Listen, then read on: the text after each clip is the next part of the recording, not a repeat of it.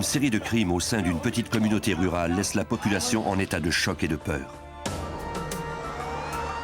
Lorsque la chasse pour retrouver les suspects prend trop d'ampleur, la police demande l'aide du FBI.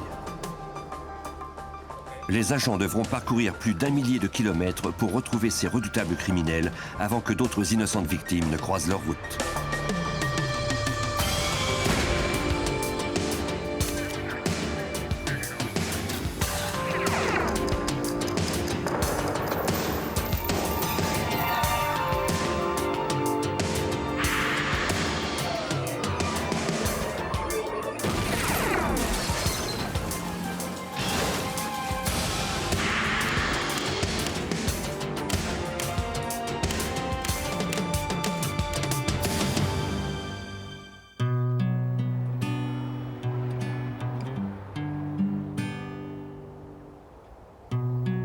Le 11 juin 1997, dans la région centre-sud de l'Iowa.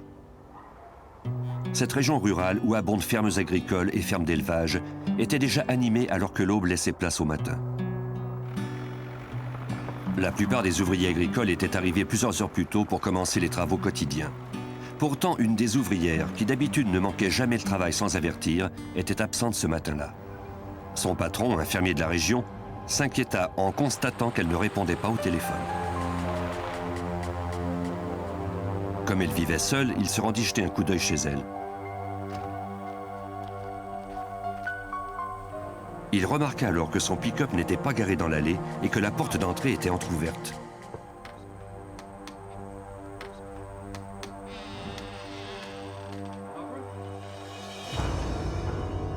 À l'intérieur, il trouva le corps inerte de son employée, Barbara Garber.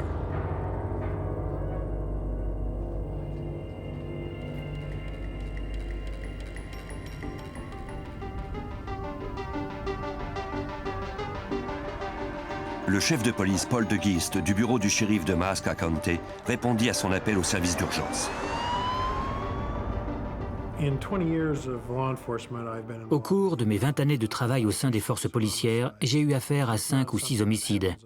C'est dire que c'est plutôt rare à Oskaloosa ou à Massachusetts County. En entrant dans le salon, nous avons aperçu le corps de Barbara Garber. Elle était en position assise dans un fauteuil tout habillé. Elle penchait du côté gauche et du sang s'échappait de sa tête.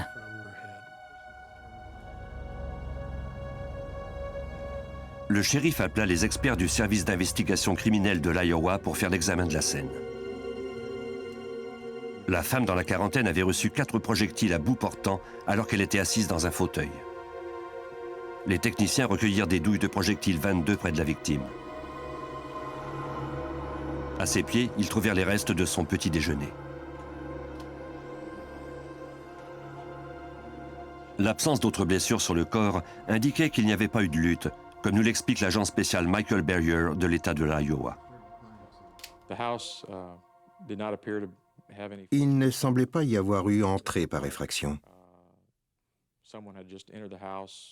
Quelqu'un était simplement entré dans la maison, soit parce qu'on l'y avait invité, soit parce que la porte était déverrouillée. La maison n'était pas parfaitement rangée, mais elle n'était pas sans dessus-dessous non plus. Et rien ne semblait avoir été volé à part le véhicule disparu. Le fermier décrivit le véhicule de son employé. Il s'agissait d'un modèle récent de pick-up vert foncé. Les détectives transmirent alors un bulletin d'alerte à toutes les unités de patrouille du secteur.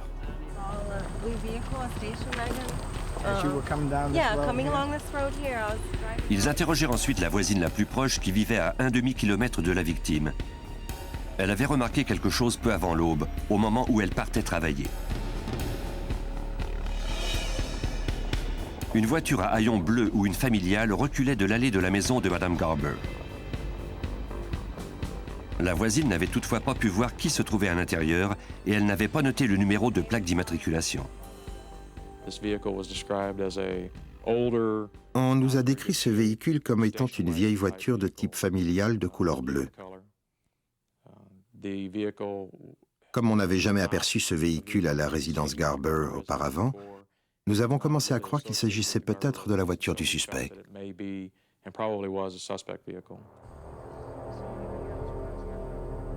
Les policiers interrogeaient encore la voisine lorsqu'ils reçurent un message d'alerte par radio. What you got? Okay, I'll be en route. Dans le hameau de Gibson, à 8 km de là, on avait dévalisé une banque. Des policiers de 2 comtés différents répondirent à l'appel. Comme les dépôts bancaires sont protégés par une assurance du gouvernement fédéral, on fit également appel au FBI. Le bureau du FBI le plus proche se trouvait à Cedar Rapids, soit à 125 km de là. L'affaire fut confiée à l'agent Scott French. Cette petite banque ouvrait ses portes pour la première fois ce jour-là à Gibson, une localité de seulement 70 habitants.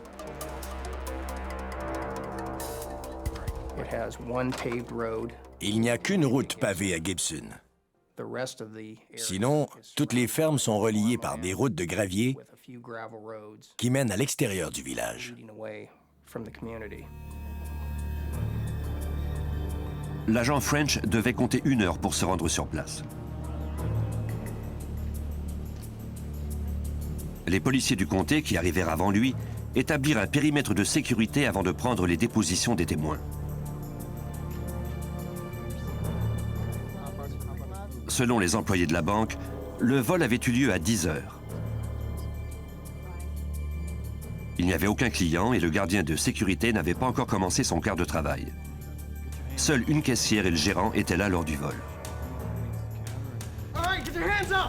2 voleurs armés et portant des cagoules de ski foncées, des gants et des combinaisons de travail brunes étaient entrés soudainement dans la banque. L'un d'eux était armé d'un fusil et l'autre avait un pistolet.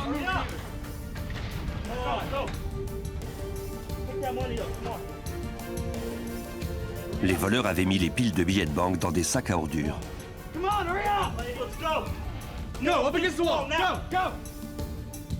Ils avaient ensuite pris la fuite avec 65 000 $ en liquide.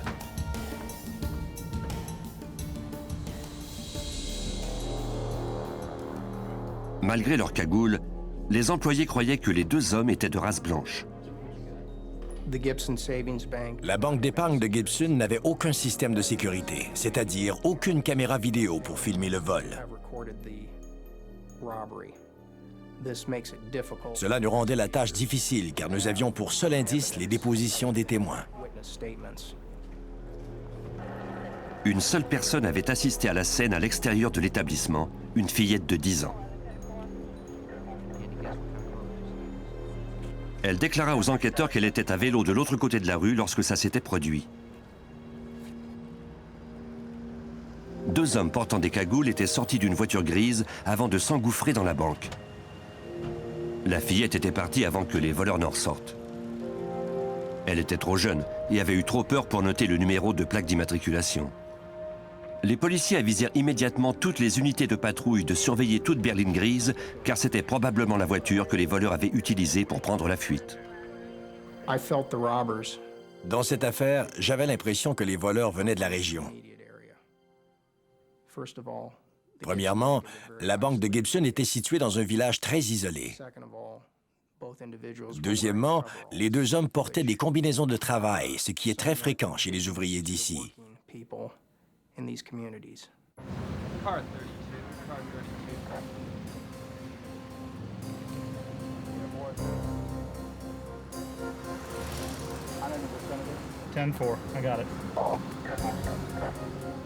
Un policier qui se dirigeait vers la scène du crime fit demi-tour et choisit plutôt les routes que pouvaient avoir prises les voleurs lors de leur fuite.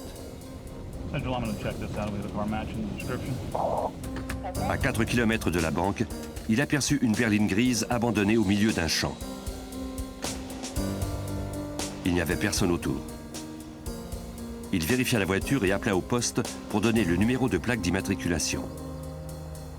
La voiture était enregistrée au nom d'une certaine Highland Schultz, une adolescente qui vivait dans le secteur. Il a trouvé cela étrange de voir cette voiture arrêtée à cet endroit.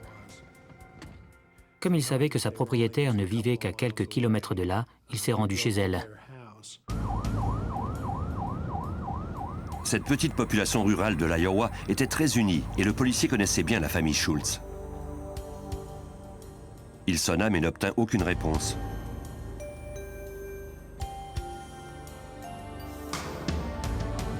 Il s'aperçut alors que la porte d'entrée n'était pas verrouillée.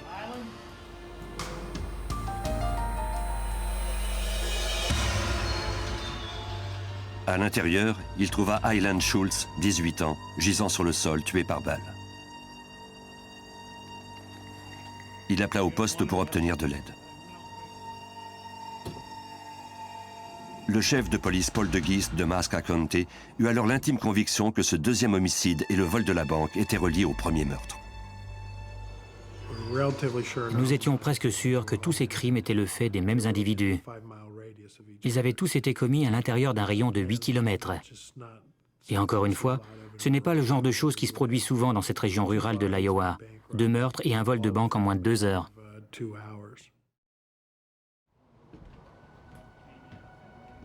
La jeune femme qui venait de terminer ses études secondaires avait reçu 2 projectiles à la tête à bout portant. On recueillit une cassette audio et 2 douilles de projectiles de calibre 22 tout près du corps, soit le même calibre que le projectile de la première scène du crime. Comme pour le premier homicide, les enquêteurs ne trouvèrent aucune trace d'entrée par effraction ni blessure sur la jeune femme qui aurait démontré qu'elle s'était débattue. L'agent spécial de la police de l'Iowa, Michael Barrier, découvrit alors un autre lien entre cette victime et la première, Barbara Garber. En ratissant le secteur autour de la résidence des Schultz, nous avons appris qu'un pick-up vert récent avait été aperçu dans l'allée de leur maison vers 9h30 ce matin-là. Cela nous a intrigués, puisque Barbara Garber possédait un véhicule qui correspondait à cette description. Nous croyons qu'après avoir volé son véhicule, le criminel s'était rendu à la résidence des Schultz. Par conséquent, les 2 homicides étaient reliés ensemble. On envoya les 2 corps au médecin légiste du comté pour les faire autopsier. L'analyse balistique confirma ce que les enquêteurs soupçonnaient déjà. Les 2 victimes avaient été tuées avec la même arme à feu, un pistolet semi-automatique de calibre 22. Le FBI et les enquêteurs de la région établirent un poste de commandement au bureau du shérif de Masca County. Ils mirent en place une ligne téléphonique spéciale et contactèrent les médias pour leur donner la description du pick-up vert foncé de la première victime. Les policiers suivirent des dizaines de pistes. Quelqu'un déclara alors avoir aperçu quelque chose vers 10h30 ou 11h le matin du vol et du double homicide. Il avait vu un pick-up vert foncé près de la ville d'Oskaloosa.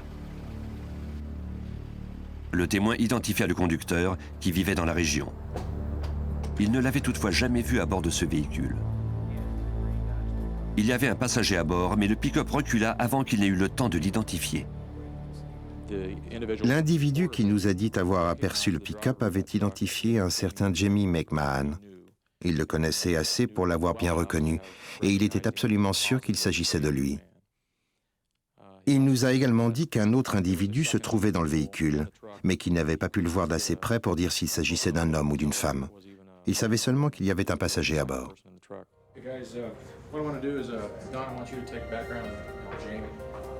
À la fin de la première journée, les enquêteurs disposaient donc d'un nom et du visage d'un suspect éventuel pour le double homicide et le vol de banque. Il s'agissait de Jamie McMahon, âgé de 22 ans. Les agents et leurs collègues détectives espéraient le rattraper avant que lui et son complice ne frappent à nouveau. Le 12 juin 1997, le jour suivant le meurtre de 2 femmes en Iowa et le vol d'une banque, le FBI et la police disposaient du nom d'un suspect éventuel. Jamie McMahon, âgé de 22 ans. La dernière fois qu'on l'avait vu, il conduisait un pick-up vert qui correspondait à la description du véhicule d'une des victimes. Les enquêteurs croyaient que le passager en sa compagnie était son complice. L'agent spécial Michael Barrier du service d'enquête criminelle de l'Iowa apprit alors que la dernière adresse connue de McMahon était celle de ses parents à Oskaloosa. Ceux-ci parurent inquiets quand l'agent Barrier les contacta, car ils étaient sans nouvelles de Jamie depuis les crimes. Quand nous avons parlé aux amis et à la famille de Jamie McMahon, on nous a dit que c'était un type bien, un jeune homme travaillant. Mais au cours des derniers mois, il avait changé de personnalité. Il avait maigri et ne travaillait plus. Il semblait éprouver des problèmes. Les enquêteurs se rendirent chez les McMahon pour fouiller la maison et tenter d'obtenir d'autres informations. Dans les dernières semaines, Jamie McMahon avait passé beaucoup de temps en compagnie de son demi-frère de 18 ans, Christopher Kaufman. Celui-ci ne vivait pas très loin. Les deux jeunes hommes avaient chacun une bande d'amis différents et d'habitude, ils ne se fréquentaient guère. Mais ces derniers temps, ils étaient inséparables. Maintenant, ils avaient tous deux disparu. Comme la banque avait été dévalisée par deux personnes et qu'un témoin avait aperçu McMahon en compagnie d'un autre individu, on pouvait en déduire qu'il s'agissait de Christopher Kaufman.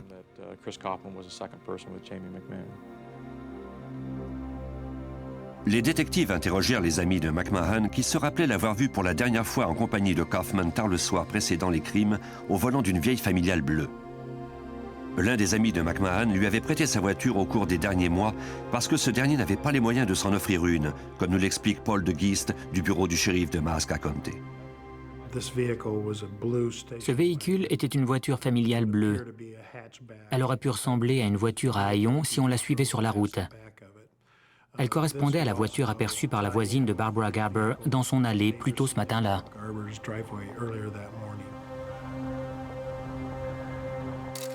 Les enquêteurs fouillèrent la voiture, mais n'y trouvèrent aucune preuve de l'implication de McMahon et de Kaufman dans le meurtre de Barbara Garber. Les amis de McMahon ajoutèrent que celui-ci avait toujours désiré posséder un pick-up vert comme celui de la victime, mais que c'était au-dessus de ses moyens. Jamie était littéralement fou de ce modèle de véhicule. Plus tôt, au cours de cette année-là, il en avait commandé un, identique à celui que possédait Barbara Garber. Mais, faute d'argent, il avait dû annuler la commande. Les amis de McMahon déclarèrent que la veille du meurtre, celui-ci et Kaufman s'étaient arrêtés pour leur emprunter autre chose.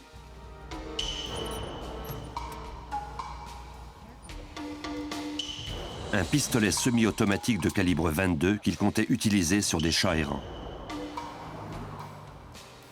C'était l'arme utilisée lors des deux meurtres. Les enquêteurs prièrent les amis du suspect de les appeler dès qu'ils auraient de ses nouvelles.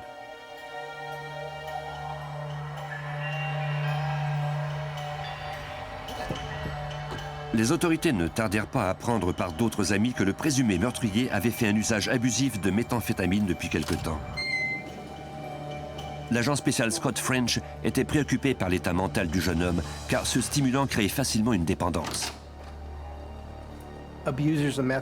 Les gros consommateurs de méthamphétamine ressentent de nombreux effets secondaires. Notamment, ils peuvent rester éveillés pendant plusieurs jours. Deuxièmement, ils perdent l'appétit. Mais ce qui nous inquiète le plus, c'est que ça peut sérieusement affecter le jugement. Les consommateurs deviennent de plus en plus paranoïaques et peuvent facilement devenir agités. On organisa d'importantes recherches pour retrouver les deux jeunes hommes et le pick-up vert.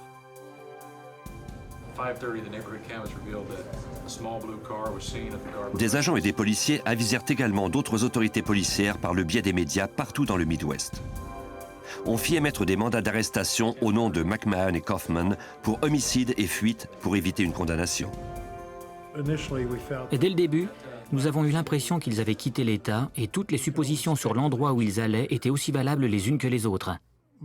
La plupart des enquêteurs dans le coup croyaient qu'ils avaient pris la direction du Mexique. Les détectives rendirent à nouveau visite aux amis et à la famille des deux hommes recherchés en se disant que ceux-ci chercheraient peut-être à entrer en communication avec eux. La petite amie de McMahon donna au FBI la permission de mettre sa ligne téléphonique sous écoute. Si McMahon appelait, les agents pourraient retracer son appel. Les recherches pour retrouver McMahon et Kaufman étaient en cours lorsque l'escouade spéciale reçut un appel important. Les parents de deux familles signalèrent la disparition de leur fille. Celle-ci, âgée de 16 et 17 ans, n'était pas rentrée chez elle depuis la veille. Ses deux amis étaient inséparables. Comme il y avait 2 tueurs dans les parages, les parents de ces adolescentes craignaient le pire. Les enquêteurs découvrirent alors que McMahon et Kaufman avaient fait la fête avec des jeunes femmes dans un motel d'Oskaloosa la soirée précédant la série de crimes.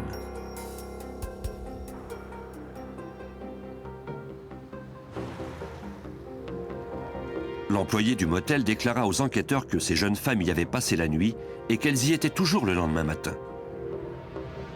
Yeah, those are the girls. Those are the girls, yeah. Those are the ones. L'employé avait revu McMahon et Kaufman plus tard le même jour à bord d'un pick-up vert. Selon elle, les 2 jeunes filles étaient parties avec eux.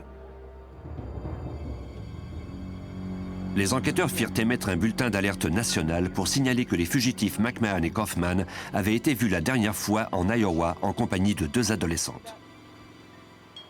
Nous étions inquiets pour la sécurité des jeunes filles. Si Jamie McMahon était prêt à tuer n'importe qui, même des personnes de son entourage, ces adolescentes couraient un réel danger. Les enquêteurs remontèrent une piste prometteuse fournie par un appel du public. Quelqu'un avait aperçu McMahon et Kaufman à une maison mobile à plusieurs kilomètres de chez eux.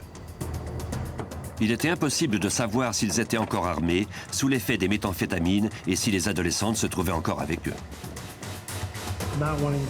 Nous ne voulions courir aucun risque inutile, car nous ignorions dans quel état mental ils étaient. Nous avons fait appel à une unité SWAT. Nous avons cerné la maison et nous sommes arrivés de toutes parts. Les agents lourdement armés étaient prêts au pire, même s'ils espéraient que les choses se passeraient sans encombre. Ils ordonnèrent à McMahon et Kaufman de sortir, mais n'obtinrent aucune réponse. L'équipe de policiers fit alors irruption à l'intérieur, prête à faire feu.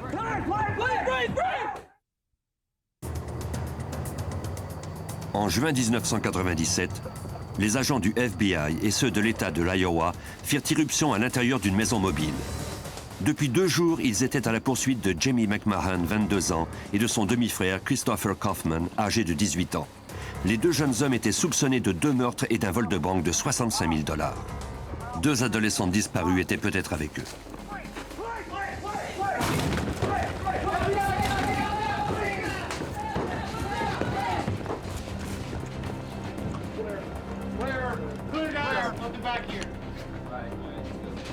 Mais il n'y avait aucune trace des fugitifs ni des jeunes femmes.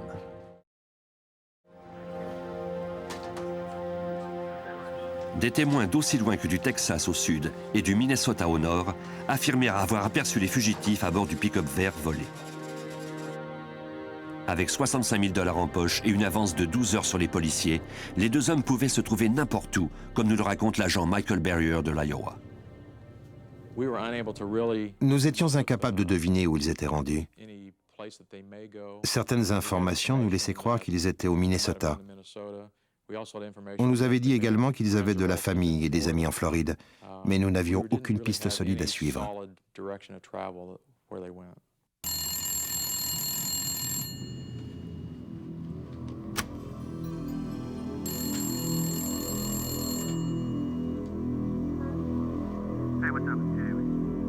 Après 7 jours de recherche, le FBI reçut enfin l'appel espéré.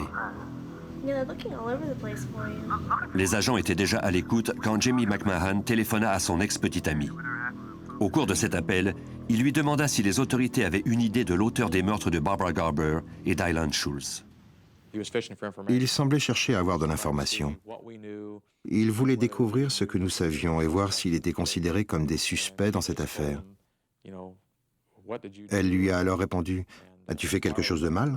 Pourquoi la police te cherche-t-elle » Dès qu'il a compris qu'il était un suspect et que nous savions qu'il était impliqué, il a raccroché.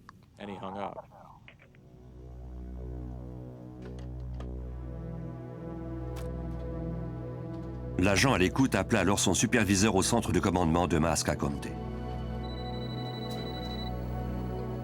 L'agent spécial Scott French nota que McMahon était resté assez longtemps au bout du fil pour que son appel puisse être retracé.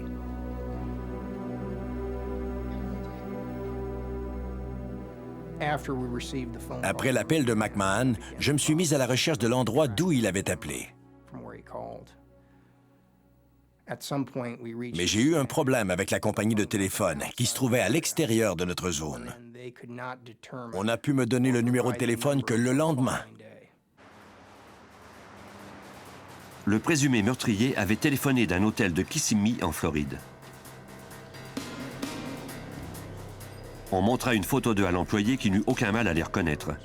Il affirma qu'il était en compagnie des deux adolescentes.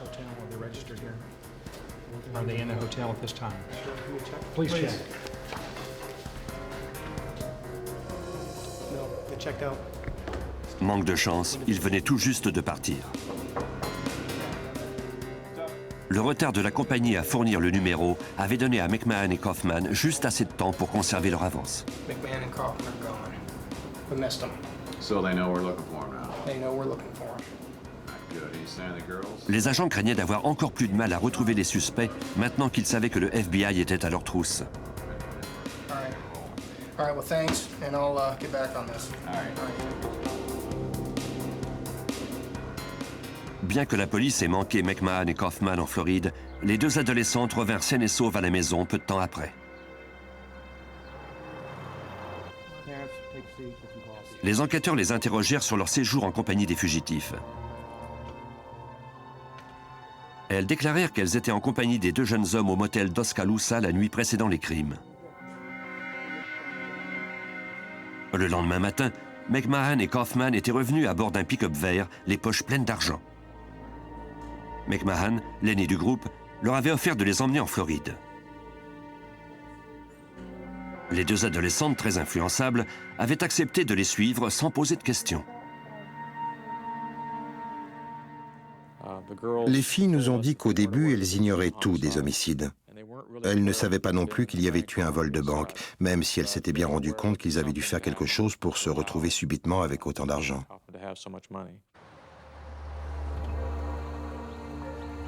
Les deux adolescentes ajoutèrent qu'après avoir quitté le village, le groupe s'était arrêté à la rivière des Moines.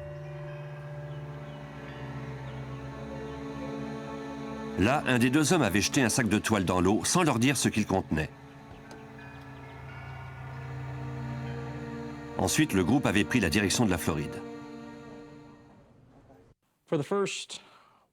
Au cours de la première semaine de voyage, en compagnie de McMahon et de Kaufman, les deux filles se sont senties en vacances. Elles ont pris du bon temps, elles ont mangé au restaurant et sont allées dans les parcs d'attractions. Un de leurs premiers arrêts fut à Branson, au Missouri, où ils étaient allés à une fête foraine. Les deux filles déclarèrent qu'elles avaient pris des photos en route.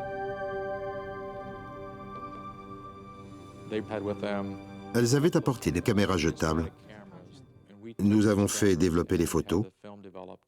Nous disposions maintenant de nouvelles photos de McMahon et Kaufman. Et l'une d'elles en particulier montrait Christopher Kaufman assis dans le pick-up vert de Barbara Garber.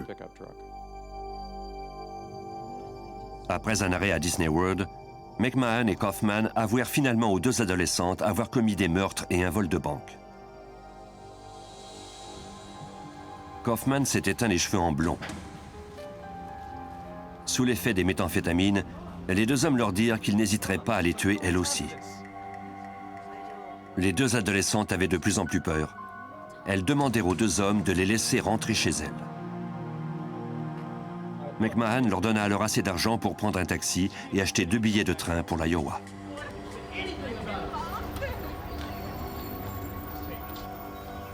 Elles dirent aux enquêteurs qu'elles n'avaient pas la moindre idée de la direction qu'avaient pris les fugitifs.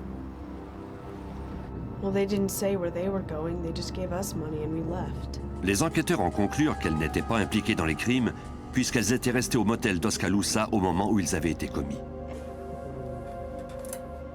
Elles furent remises en liberté sous la responsabilité de leurs parents sans qu'aucune accusation ne soit portée contre elles.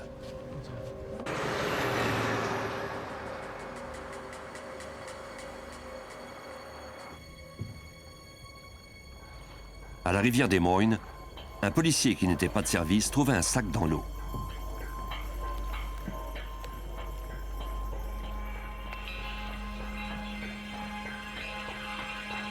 Quand il l'ouvrit, il trouva 2 cagoules noires et 2 combinaisons de travail brunes.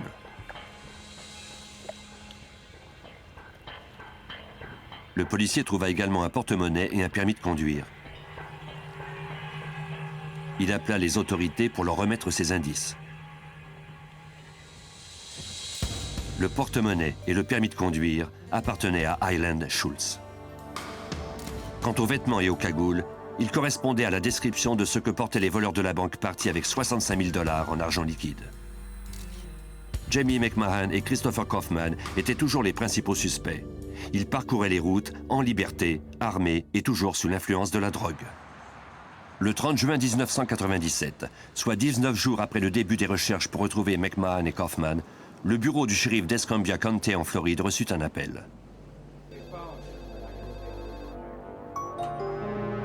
Un automobiliste de Pensacola désirait parler à un policier.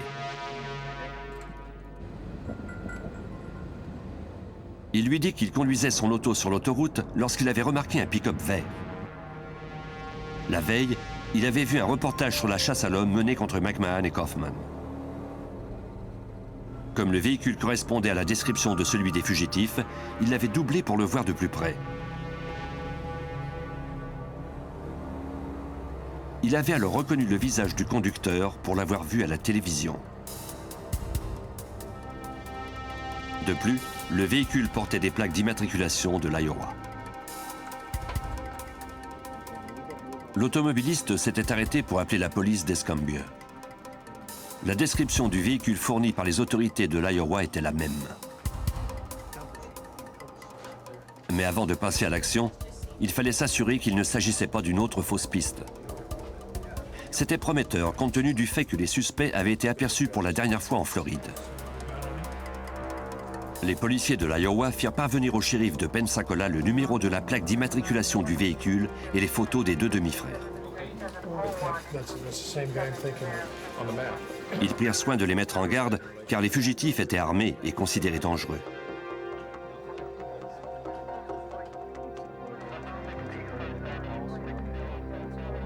Toutes les unités de patrouille de Pensacola furent mises en alerte. Les policiers fouillèrent les routes secondaires, les stationnements des centres commerciaux et des motels à la recherche des fugitifs ou du pick-up vert volé.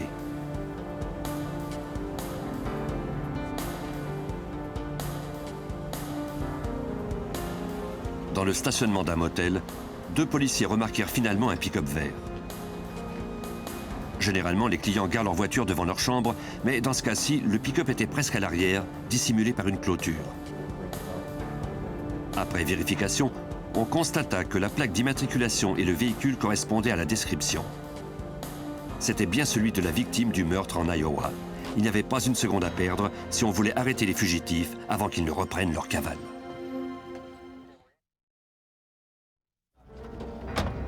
À un motel de Pensacola, en Floride, les autorités avaient finalement trouvé le pick-up que conduisaient Jamie McMahon et Christopher Kaufman, des demi-frères soupçonnés d'être les auteurs de 2 homicides et d'un vol de banque en Iowa. Les policiers d'Escambia County devaient maintenant s'assurer que les fugitifs étaient vraiment à ce motel. L'employé de service reconnut les visages des 2 hommes à partir de photos. Elle ajouta qu'un autre homme se trouvait avec eux dans leur chambre. Elle en donna le numéro au policier. Celui-ci lui demandèrent de faire immédiatement évacuer les lieux. Comme les fugitifs pouvaient avoir pris un otage, on fit appel à une équipe formée spécialement pour ce genre de situation. C'est le sergent Jerry Cox du bureau du shérif d'Escambia County qui était chargé de l'affaire.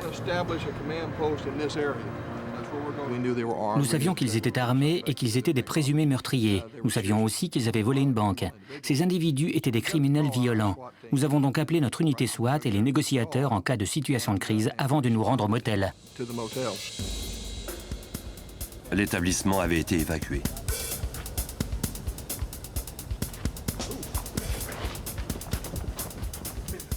L'équipe de policiers avait mis sur pied un centre d'urgence dans les environs. Les membres de l'unité SWAT prirent position près de la chambre de McMahon et Kaufman.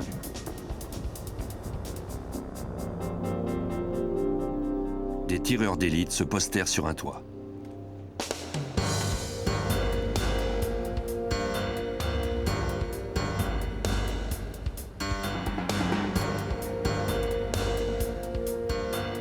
On ignorait ce que faisait le troisième homme avec les fugitifs et quelle était sa relation avec eux. On ignorait également s'il se trouvait toujours dans la chambre. Le négociateur essaya de les joindre par téléphone.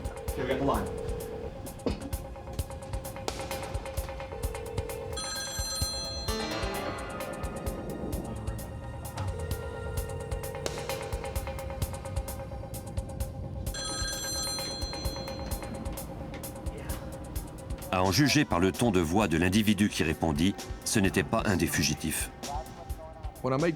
Quand j'ai appelé, le premier individu auquel j'ai parlé était l'otage. Il m'a donné un faux nom et j'ai commencé à essayer de le faire parler. Je voulais connaître son vrai nom, bien entendu, et sa situation, notamment son état physique et comment ça se passait dans la chambre.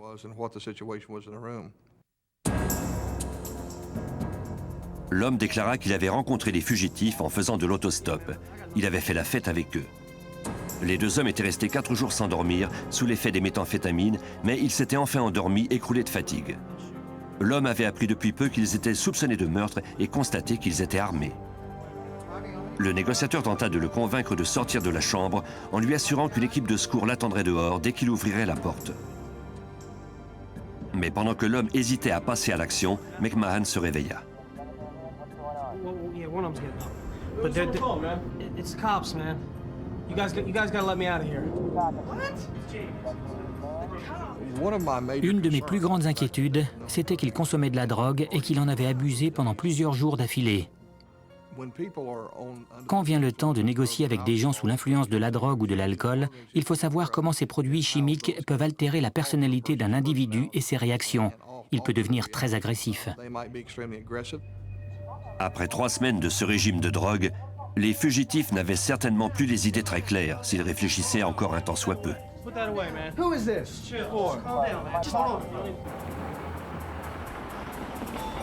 Les tireurs d'élite se tenaient prêts. Le négociateur tenta de convaincre McMahon et Kaufman de laisser sortir l'homme de leur chambre avant qu'un autre meurtre soit commis.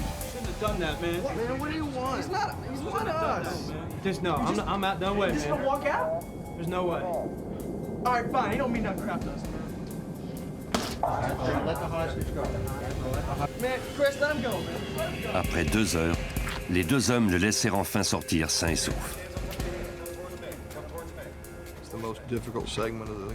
Ce qu'il y avait de plus délicat à réussir, c'était d'avoir le dessus sur leur état émotif, exacerbé par l'abus de drogue et le manque de sommeil.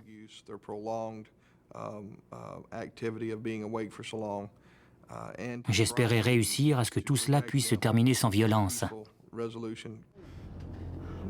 Cox commença par parler au jeune Christopher Kaufman. Le fugitif se savait cerné par la police. Le sergent Cox tenta de le convaincre d'être raisonnable et de sortir non armé. En interrogeant Kaufman, j'ai constaté qu'il était trop fatigué physiquement et mentalement pour prendre des décisions.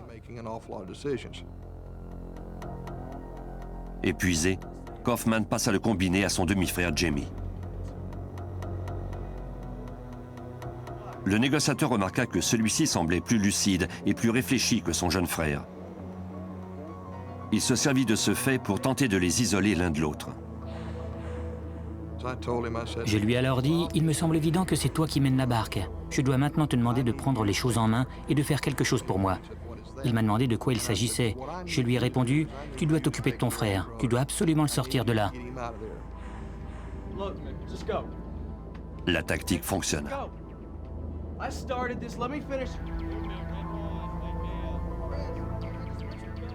McMahon ne voulait pas que son demi-frère ait à subir des conséquences néfastes en restant dans la chambre avec lui.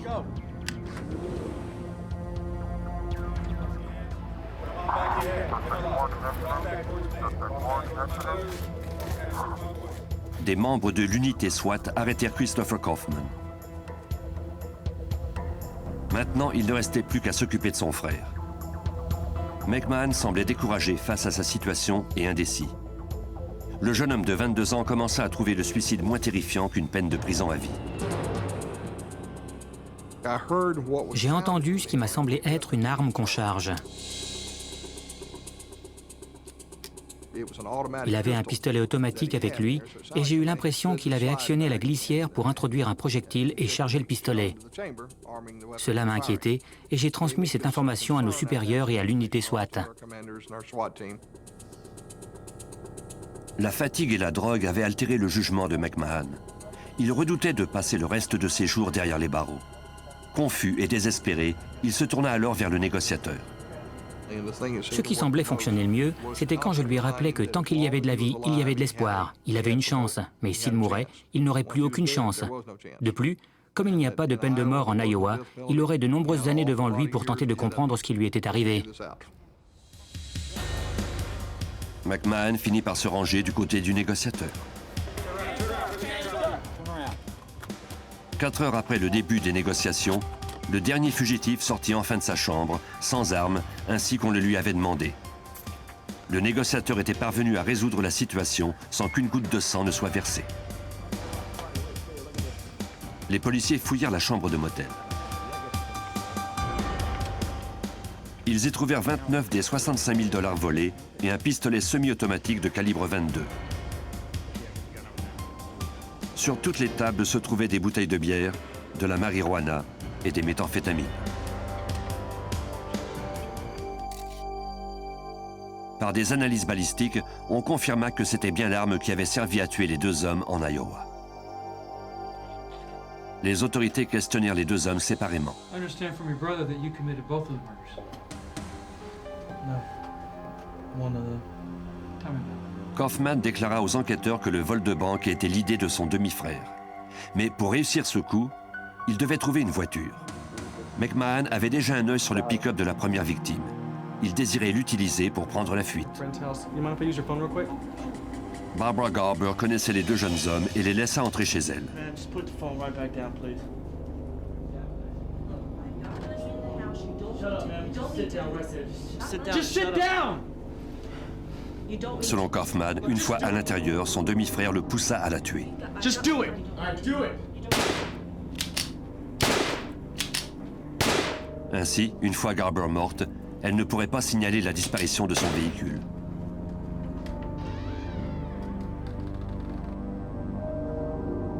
Kaufman avoua avoir tiré à 2 reprises sur Barbara Garber, puis une 3e fois pour être sûr qu'elle était morte. McMahon aimait tellement son pick-up qu'il décida de le garder et de voler une autre voiture pour commettre le vol. Il se rendit alors chez Highland Schultz, une autre de ses connaissances.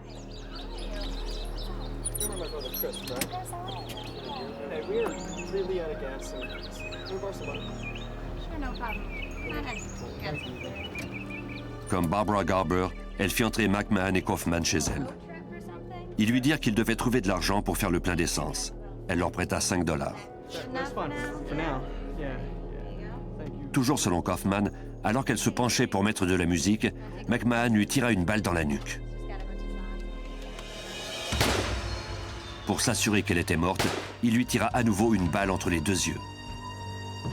Les 2 hommes prirent alors la clé de la voiture de Schultz et son porte-monnaie. Au cours des 3 semaines suivantes, les fugitifs dépensèrent 36 000 $ en hôtels, en prostituées et en drogue avant leur arrestation à Pensacola en Floride. Le fait qu'il n'y ait pas de peine de mort en Iowa n'y changea rien, puisque Jamie McMahon et Christopher Kaufman furent accusés en vertu de la loi fédérale pour 2 vols de voitures s'étant soldés par la mort de leur propriétaire, crime passible de la peine de mort. Le vol de banque relevait également de la loi fédérale.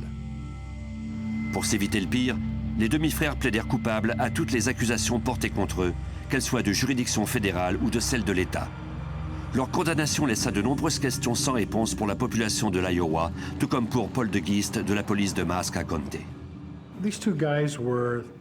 Ces 2 gars étaient comme vous et moi, des gens ordinaires. Je n'ai jamais compris pourquoi ils étaient allés aussi loin pour se trouver un véhicule, partir en vacances et impressionner 2 jeunes filles.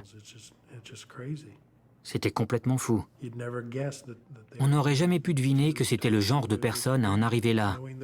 Je connaissais leurs parents, leur histoire. C'était insensé. Jamie McMahon passera la fin de ses jours à la prison de Leavenworth, au Kansas. Quant à Christopher Kaufman, Il est en isolement cellulaire à la prison à sécurité maximale fédérale de Florence, au Colorado.